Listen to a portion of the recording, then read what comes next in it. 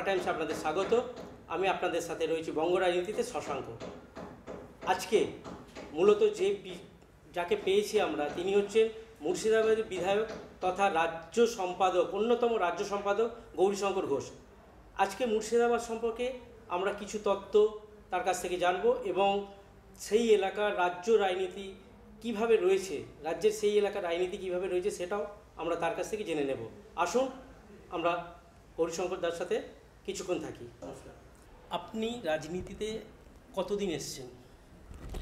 দেখুন, আমি ছাত্রাবস্থা থেকে রাজনীতির সঙ্গে রয়েছি, ভারতীয় জনতা পার্টির সঙ্গে রয়েছি। ক্লাস 7-এ পার্টির পোস্টার সাটানো, মিটিংয়ে চাটাই পাতা, সেই সময়ে যে রাজনীতি ছিল, পাড়ায় পাড়ায় ছোট বৈঠক, সেই সময় নেতারা আসতেন, তাদেরকে দেখে আমরা ওই চটের ব্যবস্থা, তারা পোস্টার সাটাতে বলে পোস্টার সাটানো, দেওয়াল চুন করা, এই সূত্রপাত ক্লাস 7 থেকে। আমি সেই সময় থেকে আজ পর্যন্ত ভারতীয় জনতা পার্টির সঙ্গেই রয়েছি। বর্তমানে একটা বিষয় যেটা নিয়ে রাজ্য রাজনীতিতে এখন চর্চিত, সেটা হচ্ছে মুর্শিদাবাদকে আলাদা কেন্দ্রশাসিত অঞ্চল করার একটা চিন্তাভাবনা আপনারা, যেটা আপনাদের নামে এসেছে, সেটা অন্যান্য মিডিয়াও প্রচার করেছে তার সাথে। এটা নিয়ে আপনি কি বলবেন? দেখুন, আমি যে প্রেক্ষাপটে দাবি জানিয়েছি, মুর্শিদাবাদ জেলায় আইনের শাসন নেই। আমরা চাইছি আইনের শাসন প্রতিষ্ঠিত হোক। ৭৬ বছর স্বাধীনতা অতিক্রান্ত হয়েছে, মুর্শিদাবাদ জেলার ডেভেলপমেন্ট নেই, মুর্শিদাবাদ জেলায় আইনের শাসন নেই। সেখানে যে কেউ যাকে তাকে হুমকি দিচ্ছে। তৃণমূল থেকে নির্বাচিত বিধায়ক, তিনি প্রাক্তন মন্ত্রী এ রাজ্যের হুমায়ুন কবির, তিনি বলছেন 2 ঘন্টা সময় দিলে মুর্শিদাবাদের 30% হিন্দুকে কেটে গঙ্গার জলে ভাসিয়ে দেব। তিনি কখনো বলছেন যারা আলাদা রাজ্যের দাবি জানাচ্ছে বা ইউটির দাবি জানাচ্ছে তাদের সেই বিধায়কদের মেরে ঠ্যাং ভেঙে দেব। কখনো তৃণমূলের কলকাতার নেতা, তিনি মেয়র কলকাতার এবং বিধায়ক মন্ত্রী, তিনি বলছেন যারা অমুসলিম তারা দুর্ভাগ্য নিয়ে জন্মেছে, অর্থাৎ হিন্দুরা দুর্ভাগ্য নিয়ে জন্মেছে, তারা মুসলিম ধর্ম গ্রহণ করুক, এই আহ্বান তিনি জানাচ্ছেন। এই রকম প্রেক্ষাপটে আমরা মুর্শিদাবাদ জেলার মানুষ ভীত সন্ত্রস্ত, নিজের ধর্ম নিয়েও ভীত সন্ত্রস্ত, নিজেদের জীবন বাঁচানো নিয়েও আমরা ভীত সন্ত্রস্ত। সেখানে মাত্র 23 থেকে 24% হিন্দু, তাদের আজকে ধর্মীয় স্বাধীনতা বিভিন্ন সময় ক্ষুণ্ণ হচ্ছে। কীর্তনের মাইক খুলে দেওয়া, প্রশাসন গিয়ে মাইক খুলে দিচ্ছে, কালী পুজো বন্ধ করে দিচ্ছে, চড়ক পুজো বন্ধ হচ্ছে, স্কুলে স্কুলে সরস্বতী পুজো স্বাধীনতার আগে থেকে হয়, সে পুজো বন্ধ হয়েছে। ন্যাশনাল ফ্ল্যাগ আমাদের দেশে, সেটাকে পুলিশ গিয়ে নামিয়ে দিচ্ছে। এই রকম পরিস্থিতিতে মুর্শিদাবাদ জেলার মানুষ আজকে ভীত সন্ত্রস্ত। তারা ভাবছে আমাদের সুরক্ষা নেই, আমাদের নিরাপত্তা নেই। তাই আমি ভারতীয় জনতা পার্টির প্রতীকে নির্বাচিত একজন বিধায়ক, 95,967 জন মানুষ আমাকে ভোট দিয়েছে। সেই সমস্ত মানুষ নিরাপত্তাহীনতায় ভুগছে, তাদের সুরক্ষা নেই। এই অবস্থায় দাঁড়িয়ে আমি মানুষের যে প্রতিধ্বনি, মানুষের যে কণ্ঠস্বর, সেটাই আমি তুলে ধরেছি যে মুর্শিদাবাদ জেলাকে বাঁচাতে গেলে, মুর্শিদাবাদ জেলার মানুষের যে নিরাপত্তা, সেই নিরাপত্তাকে সুনিশ্চিত করতে গেলে, সুরক্ষা দিতে গেলে আইনের শাসন প্রতিষ্ঠা করতে হবে। সেটা সম্ভব একমাত্র কেন্দ্রীয় আইন প্রতিষ্ঠা হলে, অর্থাৎ সেটাকে কেন্দ্রশাসিত অঞ্চল করতে হবে। কারণ এ রাজ্যের মুখ্যমন্ত্রী অনেক বড় বড় ভাষণ দিয়েছেন, কোনোটাই তিনি প্রতিষ্ঠিত করতে পারেননি। গতকাল অখিলগিরিকে তিনি বলছেন মন্ত্রিসভা থেকে পদত্যাগ করো, কেন না তো ফরেস্ট অফিসারকে অপমান করেছেন। কই মমতা ব্যানার্জি তো হুমায়ুন কবির সম্বন্ধে একটা বক্তব্য বলেননি। যখন বললো হিন্দুদেরকে কেটে গঙ্গায় ভাসিয়ে দেব, যখন বলছে বিজেপির নির্বাচিত বিধায়কের ঠ্যাং ভেঙে দেবো, বিধানসভার লনে দাঁড়িয়ে বলছেন, কোথায় মুখ্যমন্ত্রী সে নিরপেক্ষতা? কোথায় মাননীয় নিরপেক্ষতা? কোথায় তৃণমূলের নিরপেক্ষতা? কোথায়? এই জায়গায় তো অবশ্যই প্রশ্ন উঠবে, কেন আমরা ইউনাইটেড টেরিটরি চাইছি, কেন আমরা কেন্দ্রশাসিত অঞ্চল চাইছি? কারণ তৃণমূলের নেতারা খুন করে ভাসিয়ে দেবো বলছে, কোনো স্টেপ মমতা ব্যানার্জির সরকার বা তার দল নিচ্ছে না। এই জায়গায় দাঁড়িয়ে আমি যে দাবি জানিয়েছি সেটা সময় উপযোগী এবং তার যুক্তি রয়েছে। আপনি গিয়ে যদি আজকে আমি যে এলাকা থেকে নির্বাচিত হয়েছি, শুধু সেই এলাকা নয়, মুর্শিদাবাদ জেলা, মালদার জেলার অধিকাংশ মানুষের সাক্ষাৎকার নিলে দেখবেন তারা বলবে যে আমাদের সুরক্ষা দরকার, আমাদের নিরাপত্তা দরকার। কেন্দ্রীয় শাসন ছাড়া আমরা নিরাপদে থাকতে পারবো না, কারণ আইনের শাসন নেই। বাংলায় পুলিশ তৃণমূলের তাবেদারি করে, দলদাসগিরি করে। তৃণমূলের সংগঠন বৃদ্ধির জন্য যা যা করা উচিত পুলিশ সেই কাজ করে, মানুষকে সুরক্ষা দেওয়ার কাজ তারা করে না। খুন, সন্ত্রাস, এত কিছু প্রতিবন্ধকতা রয়েছে, তার মাঝেও আপনি সেখান থেকে নির্বাচিত হয়েছেন, এটা কি করে সম্ভব? দেখুন, আমরা মানুষের সঙ্গে সারা বছর থাকি, মানুষের সমস্যায় মানুষের পাশে থাকি। একেবারে ছাত্রজীবন থেকে রাজনীতিতে এসেছি, সেই সময় থেকে বিজেপির বিভিন্ন দায়িত্বও সামলেছি। কখনো বুথের দায়িত্ব, কখনো অঞ্চলের দায়িত্ব, কখনো ব্লক যুব মোর্চা, কখনো ব্লকের সেক্রেটারি, কখনো দুটো টার্মস ব্লকের প্রেসিডেন্টের কাজ করেছি। জেলা সভাপতি হিসাবে দুবার আমি মুর্শিদাবাদ জেলা সামলিয়েছি এবং সব শেষে আমাকে বিধায়ক পদপ্রার্থী, সেখানে আমাকে মানুষ ভোট দিয়ে নির্বাচিত করেছেন। এবারে লোকসভা নির্বাচন, সেই লোকসভা নির্বাচনেও পার্টি আমাকে প্রার্থী করেছিল এবং ওই বিধানসভা এলাকায় এবারও আমি আরও নিজের লিডকে বাড়িয়ে নিতে পেরেছি। তো এটা সম্ভব হয়েছে প্রতিদিন প্রতিনিয়ত মানুষের সঙ্গে সংযোগ রাখার জন্য। আমরা মানুষের পাশে থাকি, মানুষের সমস্যা নিয়ে মানুষের কাছে পৌঁছাই। কিন্তু এই রাজ্যে তো আইনের শাসন নেই, এখানে পক্ষপাতিত্ব চলে, উন্নয়ন নিয়েও পক্ষপাতিত্ব। আবাস যোজনার বাড়ি যাদের পাওয়া উচিত সেই সমস্ত দরিদ্র মানুষের কাছে আবাস যোজনা যায়নি, কারণ কেন্দ্র সরকার টাকা পাঠালেও বিভিন্ন পঞ্চায়েত পৌরসভা যেহেতু তৃণমূলে, তাই তারা পক্ষপাতিত্ব করে যারা তৃণমূলের দলদাস হিসেবে কাজ করে সেই সমস্ত মানুষ, সে বড়লোকও হতে পারে, সে মধ্যবিত্ত হতে পারে, তারা বাড়ি পেয়েছে আবাস যোজনা, কিন্তু গরিব মানুষ পায়নি। বিশুদ্ধ পানীয় জলের টাকা মুর্শিদাবাদ পৌরসভায় 2017 সালে এসেছে, আজ পর্যন্ত মুর্শিদাবাদ পৌরসভার কারো বাড়িতে নলবাহিত বিশুদ্ধ পানীয় জল বাড়ি বাড়ি পৌঁছায়নি। জল জীবন মিশনের টাকা প্রত্যেকটি পঞ্চায়েতে এসেছে, মানুষ জল জীবন মিশনের টাকা পায়নি। 100 দিনের কাজ, ফলস জব কার্ড তৈরি করে তৃণমূলের নেতারা সেই জব কার্ডে টাকা তুলে ভোগ করেন, মানুষ যারা কাজ করে তারা 100 দিনের টাকা পায় না। আমরা প্রতিবাদ জানিয়েছিলাম মানুষের হয়ে, আজ তাই মানুষ আমাদের পক্ষে রয়েছে। এই যে মানুষ উন্নয়নের সুবিধা পায় না, প্রশাসনের নিরপেক্ষতার পায় না, সে মানুষ আমাদের সঙ্গে রয়েছে, সেই মানুষের পাশে আমরা সব সময় থাকি। তাই তারা আমাদেরকে নির্বাচিত করেছেন বা তারা আমাকে ভোট দিয়ে জনপ্রতিনিধি হিসেবে পাঠিয়েছেন। তাদের বক্তব্যই আমি জানিয়েছি যে মুর্শিদাবাদ জেলার সার্বিক বিকাশের স্বার্থে সব ধর্মের মানুষের বিকাশ ঘটবে।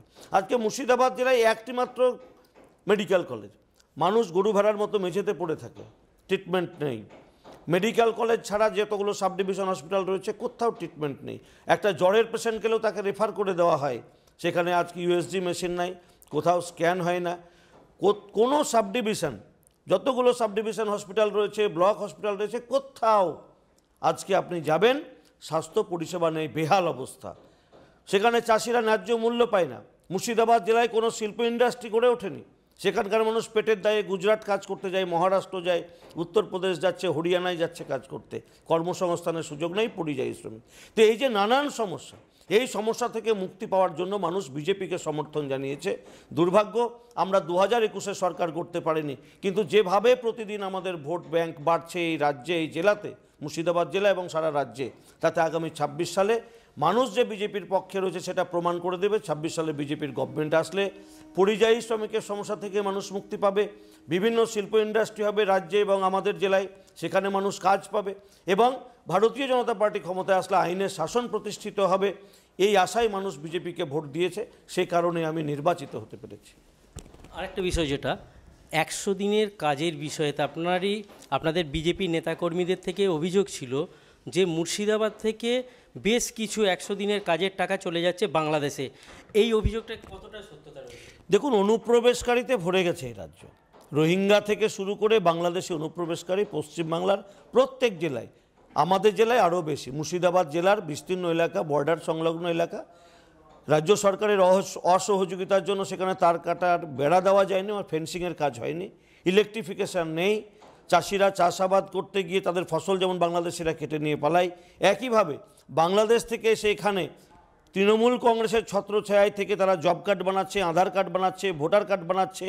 ওপারে তাদের বউ বাচ্চা রয়েছে, এপারে বিয়ে করে বউ বাচ্চা করছে, এখানে তারা জব কার্ড দেখিয়ে কাজ করে অর্ধেক টাকা তৃণমূল নেতাকে দিয়ে বাকি টাকা নিয়ে তারা যাচ্ছে।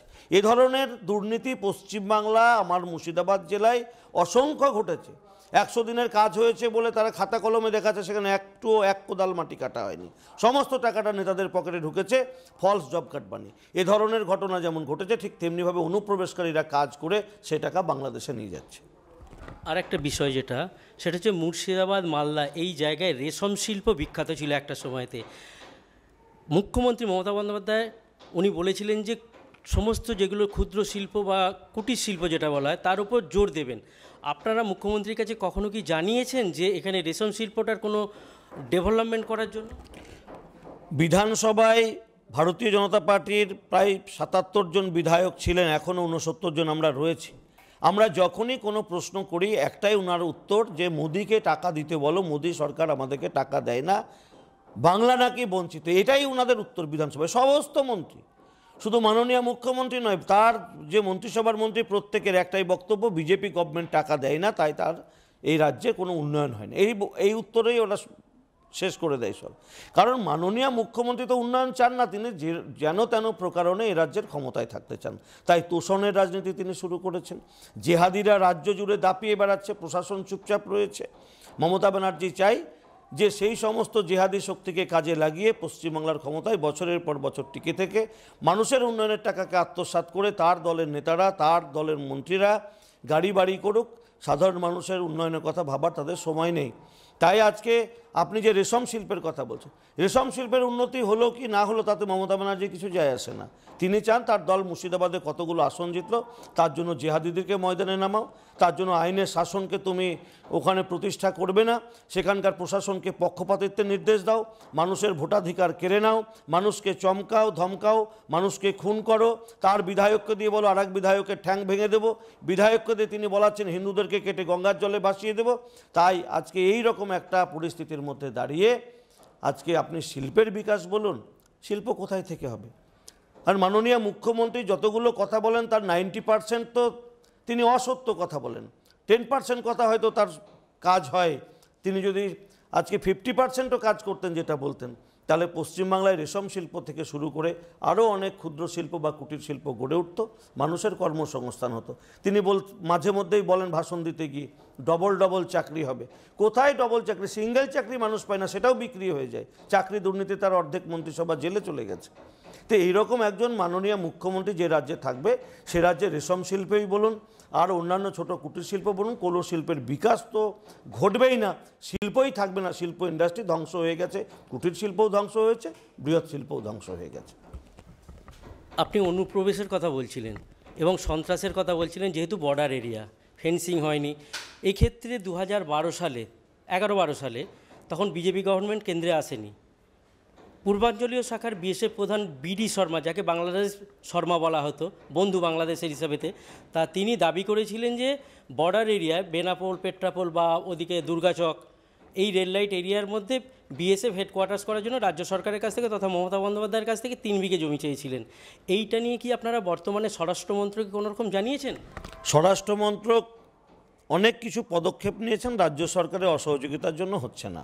আজকে বিএসএফের কাজের পরিসীমা বাড়ানোর জন্য 50 কিলোমিটার পর্যন্ত বিএসএফ তাদের গতিবিধি, মানুষের গতিবিধি বা আজকে যারা দুর্বৃত্তায়ন করে তাদের গতিবিধি লক্ষ্য রাখার জন্য বারবার করে সেন্ট্রাল গভর্নমেন্ট বলছে জমি দেওয়ার জন্য, রাজ্য সরকার জমি দিচ্ছে না।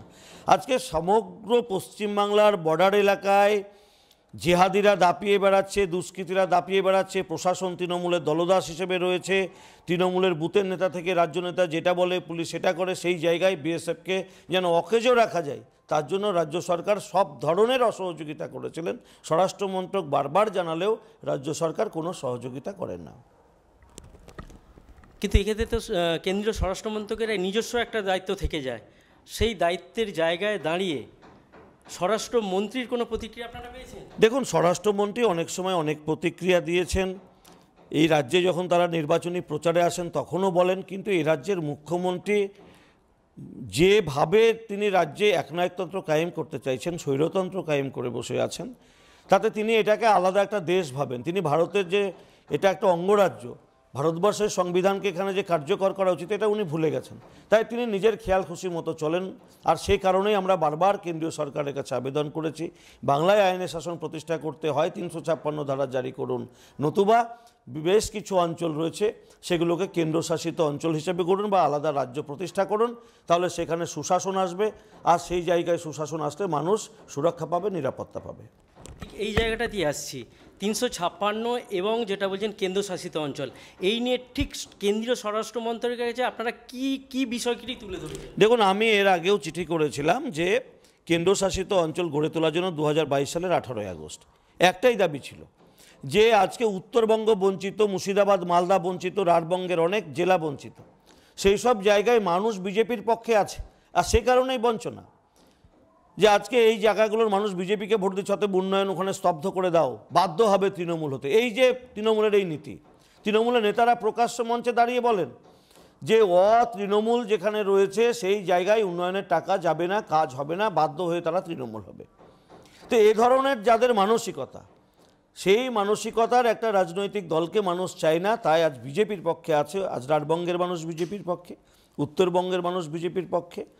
তো সেই মানুষগুলো তো চাইছেই যে এগুলো আমাদের রাজ্য আমাদেরকে দেওয়া হোক, আমাদের অধিকার যেহেতু আমরা পাচ্ছি না, আমাদের যে দাবি দেওয়া সেটা রাজ্য সরকার মানতে চাইছে না। সেই কারণে আজকে উত্তরবঙ্গে একটা এমস নেই, রাজ্য সরকারের কাছে জমি চেয়েছে এমসের জন্য, রাজ্য সরকার জমি দেয়নি, তাই আজকে কল্যাণীতে করতে সেন্ট্রাল গভর্নমেন্ট বাধ্য হয়েছে। কেন রাজ্য সরকার এটা ভাবছে না? উত্তরকন্যা করে রেখে দিয়েছেন, সেখানে কোনো কাজ হয় না, সেখানে হাইকোর্টের কোনো বেঞ্চ নেই, সেখানে থাকলেও কাজ হয় না। তো এই রকম অবস্থায় দাঁড়িয়ে উত্তরবঙ্গের মানুষ আলাদা রাজ্যের দাবি জানাচ্ছে, কখনো কোচবিহার জানাচ্ছে, কখনো গোর্খাল্যান্ড জানাচ্ছে, কখনো তারা চাইছে উত্তরবঙ্গ আলাদা রাজ্য হোক। রাঢ়বঙ্গের মানুষ মাঝে মধ্যে দাবি তুলছে রাঢ়বঙ্গকে আলাদা রাজ্য করা হোক। এগুলো পরিস্থিতি অনুযায়ী মানুষ দাবি জানাচ্ছে। বাস্তব পরিস্থিতি অনেক নেতাই ঠান্ডা ঘরে থেকে উপলব্ধি করতে পারেন না, তাই তারা কখনো বিপক্ষে মত দেন। কিন্তু আপনারা যদি একেবারে গ্রাসরুট লেভেলের মানুষের কাছে যান, তাহলে আপনারা বুঝতে পারবেন বঞ্চনা কোথায় গিয়ে পৌঁছেছে। মানুষ অসহায়, মানুষ নিঃস্ব, সেই জায়গায় দাঁড়িয়ে মানুষ খড়কুটোর মতো কিছু আঁকড়ে ধরে বাঁচতে চাইছে। আর শেষ আশ্রয় সেটাই কেন্দ্রীয় শাসন প্রতিষ্ঠা, কেন্দ্রশাসিত অঞ্চল গড়া, নতুবা নতুন রাজ্য গড়া, নতুন নির্বাচনের মধ্যে দিয়ে সেখানে সরকার গড়া। যে সরকার হলে মানুষ ভাবছে সুশাসন পাবো, সেবা পাবো, সুরক্ষা পাবো, নিরাপত্তা পাবো। আপনি তার মানে এক কথায় যেটা হচ্ছে বাংলা ভাগ চাইছেন, এই বিষয়টা বাংলার যদি উন্নয়ন না হয়, শ্যামাপ্রসাদ মুখার্জি বাংলা গড়েছিলেন হিন্দু হোমল্যান্ড হিসেবে, সমগ্র বাংলা চলে গেছিল পূর্ব পাকিস্তানে। শ্যামাপ্রসাদ মুখার্জি লড়াই করেছিলেন যে হিন্দুদের হোমল্যান্ড চাই, অর্ধেক বাংলা হিন্দুদের, বাঙালিদের জন্য রাখতে হবে। আর সেই বাংলা আছে, কিন্তু হিন্দুদের স্বাধিকার নেই, হিন্দুদের অধিকার নেই, হিন্দুদের স্বাধীনতা নেই। আজকে এখানে হিন্দুদেরকে কেটে ভাসিয়ে দেওয়ার কথা বলা হচ্ছে, হিন্দু বিধায়কদের ঠ্যাং ভেঙে দেওয়ার কথা বলা হচ্ছে। সেই জায়গায় দাঁড়িয়ে বাঁচার তাগিদে আমাকে বলতে বাধ্য আমরা, মানুষও বলছে, আমরাও বলছি, মানুষের দাবি আমার দাবি। একটা রাজনৈতিক দল মানুষকে নিয়ে চলে, সাফল্য আসে মানুষ তাদের পাশে থাকে বলে। তাই মানুষ আজকে আমাদের পক্ষে থাকবে যখন মানুষের কণ্ঠস্বর আমরা দিল্লি সরকারের কাছে তুলে ধরতে পারবো। মানুষ চাইছে এগুলো। আমার দল আজকে তৃণমূল বারবার বলছে বিজেপি রাজ্য ভাগ করতে চাইছে। মাননীয়া কোথায় ছিলেন? আজকে যে দল তিনি করতেন কংগ্রেস, সেই দল তো দেশটাকে ভাগ করে দুটো পাকিস্তান বানিয়েছিলেন। তখন কোথায় ছিলেন মাননীয়া? তার দল অনেক ছোট ছোট রাজ্য বানানোর প্রস্তাব তারাও করেছিল কংগ্রেস। আজকে এই রাজ্যে ক্ষমতায় এসে মাননীয়া মুখ্যমন্ত্রী অনেক জেলাকে ভাগ করেছেন, দার্জিলিং ভেঙে কালিম্পং করেছেন, জলপাইগুড়ি ভেঙে আলিপুরদুয়ার বানিয়েছেন, বর্ধমানকে দুভাগে ভাগ করেছেন, মুর্শিদাবাদকে 3 ভাগ করব বলছেন, ঝাড়গ্রাম করেছেন উনি মেদিনীপুর ভেঙে। তো উনিও তো জেলা ভাগ করেছেন, কেননা তো প্রশাসনিক সুবিধার জন্য, উন্নয়নের কাজ আরও ভালো করা যাবে বলে। তো একই ইস্যুতে আমি বলছি যে রাজ্যের কাজ আরও ভালোভাবে হবে, রাজ্যের মানুষ আরও বেশি সুবিধা পাবে যদি রাজ্যকে ছোট করা যায়। উনার ভয় লাগছে কেন? উনি কি গোটা পশ্চিমবাংলার মালিকানা নিয়ে বসে আছেন নাকি? যে আজকে মানুষ যখন উন্নয়নের স্বার্থে ছোট রাজ্য চাইছে উনি বলছেন ভাগ করতে দেব না। এ বাংলাকে শ্যামাপ্রসাদ মুখার্জি এনেছিলেন হিন্দু হোমল্যান্ড হিসেবে। আজকে হিন্দুদের সেই হোমল্যান্ড কোথায়? আজকে জেহাদিদের হোমল্যান্ড হতে বসেছে। তাই এখান থেকে বাঁচার জন্যই, জেহাদিদের হাত থেকে বাঁচার জন্য প্রয়োজনে রাজ্য ভাগকেও আমরা, বা আমি নিজে থেকে বলছি, আমার ব্যক্তিগত মতামত, আমি আজকে হিন্দুদের স্বার্থ রক্ষার স্বার্থে, বা যে জন্য শ্যামাপ্রসাদ মুখার্জি এই বাংলাকে নিয়ে এসেছিলেন সেই স্বার্থকে রক্ষার স্বার্থে ছোট রাজ্যের পক্ষে আমি। এবার একটু অন্য প্রশ্নে যাচ্ছি, যেটা হচ্ছে আপনি ভারতীয় জনতা পার্টির অন্যতম রাজ্য সম্পাদক, মানুষ সমর্থন করছে, তারপরেও বারবার প্রত্যেক কটা নির্বাচনে বিজেপির ভোট ব্যাংক বাড়লেও আসন সংখ্যা কিন্তু কমছে, এটা কিভাবে সম্ভব হচ্ছে? দেখুন, আমরা বারবার বলেছি যে কেন্দ্রীয় সরকার বা কেন্দ্রের নির্বাচন কমিশনকে আরও কঠোর নিয়ম চালু করতে হবে। এখানে কেন্দ্রীয় বাহিনী আসে, তাদের কোনো কাজ থাকে না, বাইরে দাঁড়িয়ে থাকে। আমরা দাবি জানিয়েছি যে কেন্দ্রীয় বাহিনী ভোটার আই কার্ড দেখে ভোটারকে প্রবেশ করতে দেবে। এটা যদি হয় স্বচ্ছ ভোট হবে। আমরা চাইছি যে নিরপেক্ষ কোনো রাজ্য থেকে ভোট কর্মীরা এসে এই রাজ্যে ভোট নেক, তাহলে স্বচ্ছ ভোট হবে। আর এই স্বচ্ছভাবে ভোট হলে, স্বচ্ছভাবে কাউন্টিং হলে শুধু ভোট ব্যাংক বৃদ্ধি নয়, বিজেপির আসন সংখ্যাও গরিষ্ঠতার উপরে পৌঁছবে, বিজেপির সরকার হবে। আমরা বারবার দাবি জানালেও এ রাজ্যে সেভাবে ভোট করানো যায়নি। যেভাবে 2011 সালে প্রণববাবু রাষ্ট্রপতি থাকাকালীন ভোট করিয়েছিলেন, যদি সেভাবে ভোট করানো যায় 26 সালে তৃণমূলের আসন 50-এর নিচে চলে আসবে, এ রাজ্যে বিজেপির সরকার হবে। বাংলা বিজেপির নিচ স্তরের কর্মীদের কাছ থেকে একটা অভিযোগ উঠে আসছে, যে অভিযোগটা আসছে যে উপর স্তরে যারা নেতা আছে তারা নিজের, যেমন জেলা সভাপতি যিনি হচ্ছেন, তার নিজের মন পছন্দ সমস্ত নেতাদেরকে রাখছেন, বাকি যারা ভালো কাজ করছেন, পূর্ববর্তী যে জেলা সভাপতি ছিলেন তার ছেলেদেরকে সেখান থেকে পুরোপুরি বাদ দেওয়া হচ্ছে। এই জায়গাটা কি আপনাদের সংগঠনের কোথাও একটা ঘা দিচ্ছে? দেখুন, নতুন প্রজন্মকে তুলে আনতে হবে, এটা পার্টির একটা দিক। সব পার্টি চায় নতুন প্রজন্মকে তুলে আনতে, আমাদের পার্টিও চাইছে নতুন প্রজন্মকে তুলে নিয়ে আসতে, নতুন মুখ তুলে আনতে। সেক্ষেত্রে আমরা যারা দীর্ঘদিন ধরে পার্টির কাজ করছি তাদের অনেককে ছোট কাজ আমরা দিচ্ছি, যেহেতু তাদের বয়স হয়ে যাচ্ছে বা তারা আগের মতো আর ছুটতে পারছে না। আজকে ধরুন আমি 25 বছর বয়সে যেভাবে ছুটছি, 45-50 বছর বয়সে গিয়ে সেই ছোটাটা কিন্তু আমার থাকবে না বা কমে যাবে। সে কারণে আমার বিকল্পও তো তৈরি করতে হবে। আর এই বিকল্প তুলে আনতে গিয়ে অনেক জায়গায় হয়তো অপ্রিয় সিদ্ধান্ত নিতে হচ্ছে, এবং এই অপ্রিয় সিদ্ধান্ত নিতে গিয়ে অনেক ক্ষেত্রে ভুল ভ্রান্তিও হচ্ছে, আমরা স্বীকার করে নিচ্ছি। কোনো ক্ষেত্রে আমাদের নতুন মুখ তুলে আনতে গিয়ে ভুল ভ্রান্তি হচ্ছে বলে নিচুতলায় কিছুটা ক্ষোভ রয়েছে। আগামী দিনে সেই সমস্ত ক্ষোভ মিটে যাবে। আমরা স্বচ্ছতার ভিত্তিতে কার্যকর্তাদেরকে আরও ভালোভাবে বেছে নিয়ে আমরা যে ক্ষোভ, যে অভিমান রয়েছে সংগঠনের কার্যকর্তাদের মধ্যে, সেগুলো থাকবে না। ঐক্যবদ্ধভাবে বাংলা বিজেপি লড়াই করে তৃণমূল মুক্ত বাংলা গড়ব। শ্যামাপ্রসাদ মুখার্জি আদর্শ প্রতিষ্ঠা করে বাংলা বিজেপির সরকার সেবা সুশাসন আমরা মানুষকে দিতে পারব। আরেকটা বিষয় যেটা হচ্ছে আরামবাগ আপনাদের জেতা সিট, সেই জায়গাটায় আরামবাগের মতো আরও কয়েকটা সিট ছিল যেটা জেতা সিট, সেই জায়গায় আরামবাগ একেবারে অনেকটা পিছিয়ে পড়লো। এই জায়গাটা আপনারা মেরামতের জন্য কী ভাবেন? দেখুন, পার্টি সাংগঠনিকভাবে অনেক সিদ্ধান্ত নিতে চলেছে আগামী দিনে, আপনারা দেখতে পাবেন। সেগুলো প্রকাশ্যে সব জায়গায় বলা সম্ভব নয়। শুধু আরামবাগ নয়, অনেক সিট, আমরা কোচবিহার হেরেছি, আরামবাগ হেরেছি, মেদিনীপুর হেরেছি, আমরা এরকম অনেক সিট জেতার কাছাকাছি পৌঁছানো সিট, বা আমরা জিতবই আগে থেকে সেই রকম সংগঠন বানিয়েছিলাম। যে কোনো কারণে হোক, আমাদের ভুলভ্রান্তি হোক বা তৃণমূলের ছাপ্পা, রিগিং, গণনায় কারচুপি হোক, হেরেছি। সেগুলো যেন আগামী দিনে না হয় তার জন্য পার্টি আগাম ব্যবস্থা নিচ্ছে। সেভাবে পার্টি কর্মীদের প্রশিক্ষণ দেওয়া হবে এবং এই সমস্ত ভুল ত্রুটিকে সংশোধন করে তৃণমূলের যে কারচুপি, ছাপ্পা এবং গণনায় কারচুপি, এগুলোকে আমরা আগামী দিনে প্রতিহত করতে পারবো। বাংলায় বিজেপির সরকার হবে। আমার শেষ প্রশ্ন যেটা হচ্ছে, আপনাদের এই যে আপনি একজন অন্যতম রাজ্য সম্পাদক, আগামী 2026 এই জায়গাটায় একদম নিচস্তরের কর্মীদের আর একটা ক্ষোভ আছে, যেটা বিজেপি বা বিভিন্ন সমাজের বিভিন্ন অংশ থেকে একটা অভিযোগ আসে, বিজেপি ফেসবুকে যতটা সচল, একদম গ্রাসরুট লেভেলে যেটা বুথ স্তরে কর্মী সেভাবে সচল নয়। এই জায়গাটা মেরামতের জন্য আপনার কী কৌশল? দেখুন, আমরা বুথ স্তরের সংগঠন গড়ছি, আমরা বুথে বুথে সলিড টিম বানানোর জন্য আমরা আপ্রাণ চেষ্টা করছি। যে বিজেপি 2% ভোট ছিল সেখান থেকে আজকে আমাদের সংসার বড় হয়েছে, আমরা 39-এ পৌঁছে গেছি। এই জায়গায় এসে আমরা প্রায় 30% বুথকে সঠিক জায়গায় পৌঁছতে পেরেছি। আমাদের লক্ষ্য 26-এর আগে আরও 30% বুথকে একেবারে সঠিক জায়গায়, অর্থাৎ 60% বুথকে যদি আমরা সম্পূর্ণরূপে সঠিক জায়গায় নিয়ে যেতে পারি, আর 40% বুথকে যদি আমরা মোটামুটি একটা সঠিক জায়গায় নিয়ে যেতে পৌঁছাতে পারি, তাহলে আমাদের সংগঠন শক্তিশালী জায়গায় যাবে। বিজেপি পশ্চিমবাংলা থেকে তৃণমূলকে বিতাড়িত করে সরকার করতে পারবে। শেষ প্রশ্ন আমি একটা করছি, আরেকটা দিলীপ দা, যিনি একসময় বাংলার সব থেকে ভালো প্রেসিডেন্ট ছিলেন, এবং যেটা বিভিন্ন মহলের খবর যে দিলীপ দা বাংলার সংগঠন দুর্দান্ত সাজিয়েছিলেন, কিন্তু বর্তমানে দিলীপ দা দলের বিরুদ্ধেই বিষোদ্গার করছেন। এই বিষয়ে আপনি একজন সম্পাদক হিসাবে আপনার মত জানান। দেখুন, দিলীপ দা কখনো দলের বিরুদ্ধে বলেছে বলে আমার জানা নেই। উনি সংগঠনের যে কথা উনি বলেছেন সেটা সংগঠনের স্বার্থে নিচুতলার মানুষের ক্ষোভের কথা বলেছেন, এবং সেই কথাগুলোকে বিভিন্ন সংবাদ মাধ্যম রং চড়িয়ে দলবিরোধী কথা বলছেন বলে প্রচার করছেন। কিন্তু আমাদের পার্টিতে সমস্ত নেতাদের মধ্যে যোগসূত্র রয়েছে, ইউনিটি রয়েছে, শুভেন্দু দা, সুকান্ত দা, অমিতাভ দা, দিলীপ দা সবাই একসঙ্গে থেকেই কাজ করে তৃণমূলকে রাজ্য থেকে তাড়াবে। দিলীপ দা অবশ্যই সফলতম আমাদের সভাপতি, পশ্চিমবাংলায় যতজন সভাপতি হয়েছেন তাদের মধ্যে সবথেকে সফলতম সভাপতি অবশ্যই সম্মানীয় দিলীপ ঘোষ, যিনি পার্টিটাকে পশ্চিমবাংলার মানুষকে চিনিয়েছেন। 18 জন সাংসদ উপহার দিয়েছিলেন, 77 জন বিধায়ক দিয়েছিলেন।